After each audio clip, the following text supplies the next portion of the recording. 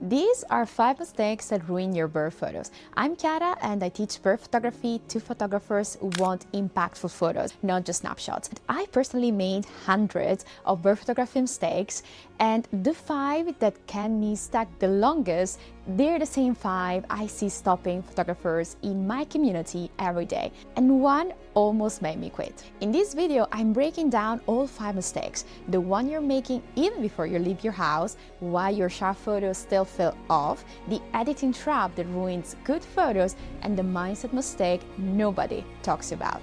The good news is that all of these are fixable, and I'll show you exactly how. So let's start with number 1. So the first mistake that ruins your bird photo happens before you even leave your house, and it's not planning your photography session. Now, what does planning mean? 3 things. The first element you need to be prepared for are birds. So you need to know which species you're likely to expect in a certain location. And this means being ready to identify those birds not only by sight, but also by sound, because we hear birds more often than we see them. The second thing is also to understand basic bird behavior, because by knowing bird behavior, you'll be able to predict the bird's next move. And we know how fast things happen in bird photography. So being able to know what's coming next is fundamental. The second element is location scouting, which is the process of researching locations. And this is very important and one of the most time-consuming parts of bird photography, but it has to be done because otherwise you risk wasting even more time. The third element needs to be checked every single time before you go out, and it's environmental conditions. So checking the weather and the sun. Now, not knowing the environmental conditions you're going to face means you risk being in the wrong place, in the wrong position, at the wrong time, which is the recipe not to get a great wildlife photo. Now, all these factors impact bird behavior, but also the type of light you'll have. So, for example, if you're targeting a silhouette shot in the fog, you need to know when you have fog, and also you need a spot where the light will be behind the subject. Now, these type of photos are extremely difficult to achieve if you make the mistake of not planning upfront.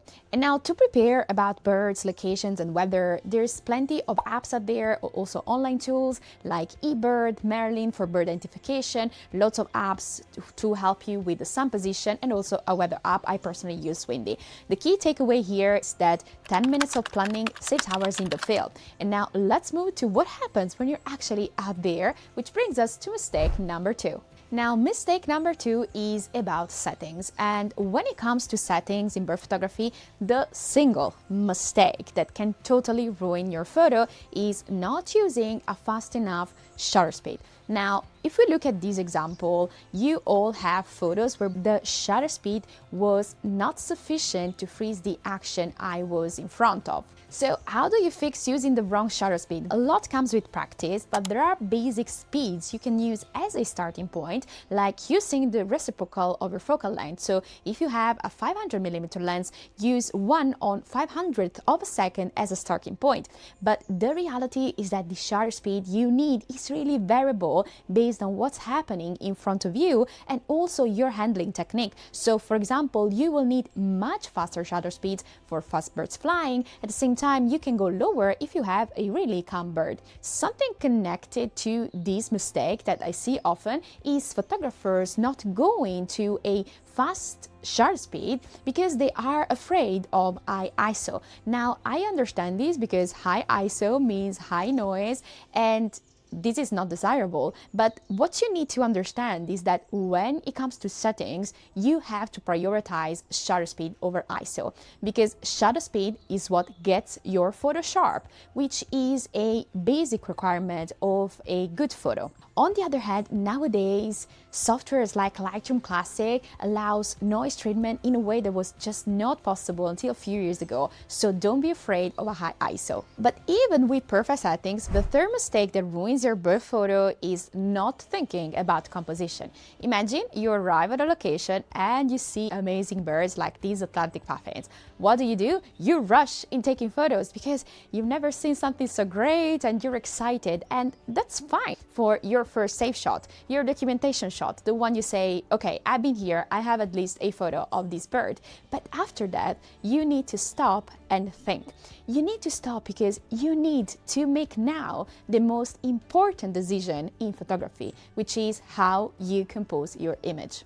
Now, what's composition? Composition is how you select what you want in your frame and arrange the visual elements within your photo. So this includes the subject, but also everything that's around the subject and behind the subject. Now here, I'm not saying that you need to sit for half an hour because unfortunately we don't have the luxury in bird photography, but sometimes it's just a matter of a second to understand what you really want to photograph. Now, of course, composition is a huge topic, but I'm going to focus on the top 2 mistakes here that, when fixed, immediately change the power of your photos.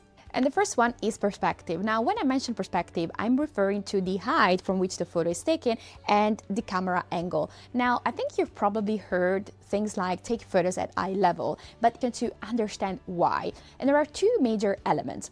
The first one is psychological, because when you take a photo from up to down, it's like you're looking down at your subject. On the other side, when you take a photo upwards, it's like your subject is looking down at you, and people, even subconsciously, will have different feelings evoked while looking at these photos. So the biggest advantage of being eye level with your subject is the equality it evokes. You're at the same level with the subject, and this creates a connection, and the viewer feels closer inside the scene itself.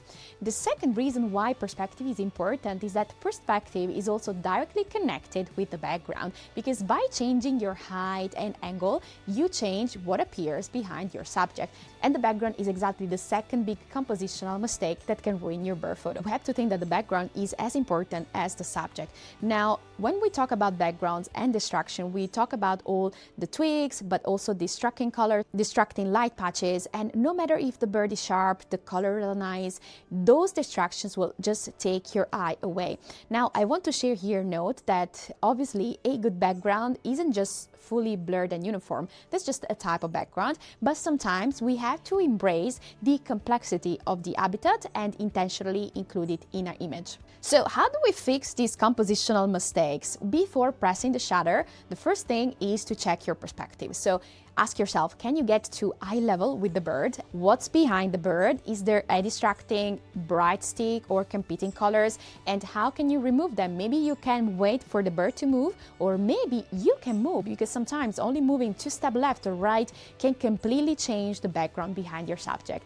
And that's how you fix composition mistakes. So now you planned well, your settings are right, your composition is solid, but when you get home to edit, mistake number 4 is waiting. Let's talk about editing. Mistake 4 is over editing, and I see this all the time because photographers get excited in Lightroom Classic and they start pushing sliders and end up with photos that don't look natural anymore. Now, there are different ways to over edit, and the most common one is definitely over cropping. So this is when basically you try to get a close-up portrait from a photo where the bird was actually really far. This crop is extreme. The result is soft, pixelated, not sharp. It won't be a quality image no matter what you do. The second over editing mistake is oversaturation, so pushing the colors too much until they look fake, and at the end the bird ends up looking like a cartoon instead of a real animal. The fix for these mistakes is to find a balance and respect the authenticity of the scene, because remember, good editing brings out what was already there in the scene. It corrects what the camera got wrong, but it doesn't create something that wasn't there. Now, obviously, there are many more other editing mistakes, so I'm making a dedicated video about editing next week, so this is a good moment to hit subscribe if you don't want to miss that. And this brings us to mistake 5, and this one is about mindset. So mistake number 5 that ruins your bird photos isn't technical, and it's the comparison trap. Now, this mistake doesn't ruin your photos directly, but it ruins your motivation, your confidence, and your growth, which I would say is worse than any of the previous mistakes that we've seen together. Now, what is the comparison trap? Like, in the era of social media, we are literally bombarded by thousands of wildlife photos, and everyone at some point falls into the trap of comparing your work with work from other people.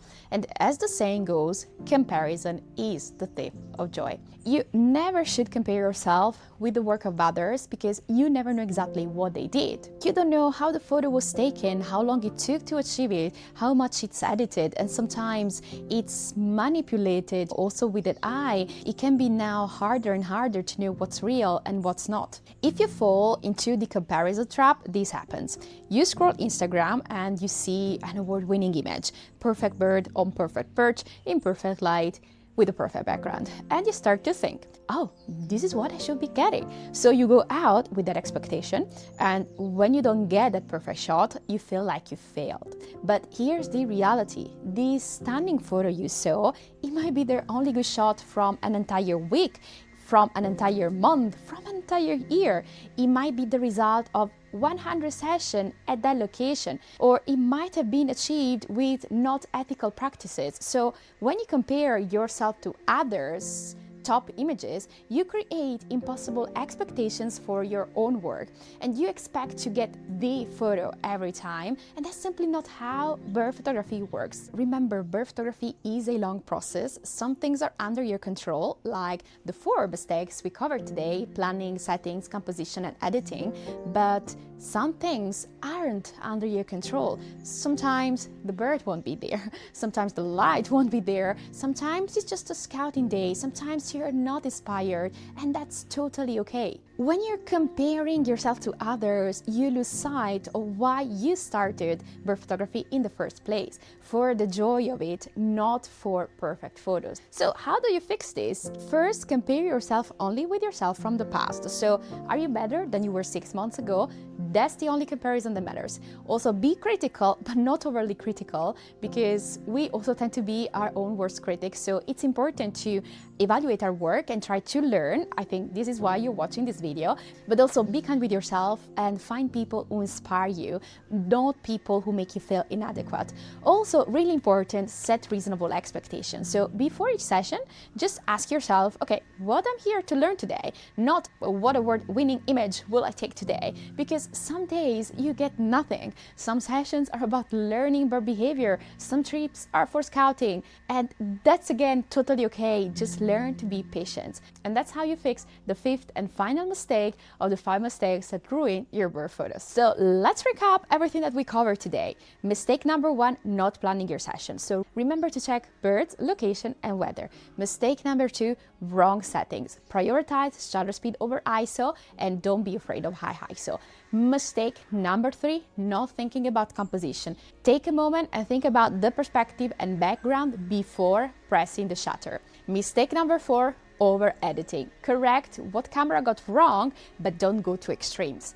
Mistake number 5, the comparison trap. Compare only to your past self and set reasonable expectations for each session. And now I'd love to hear from you, which of these 5 mistakes hit you the most, and more importantly, which one do you want me to dive deeper into a future video? The planning, settings, composition, editing, mindset? Drop a comment below, because I will read every single one, and your answers will help me decide what to cover next. And if you want to dive deeper into how I went from doing literally all of these mistakes to becoming a professional bird photographer and teacher, check out this video where I share my story. Thank you for watching. Now get out there and fix those mistakes, because the birds are waiting.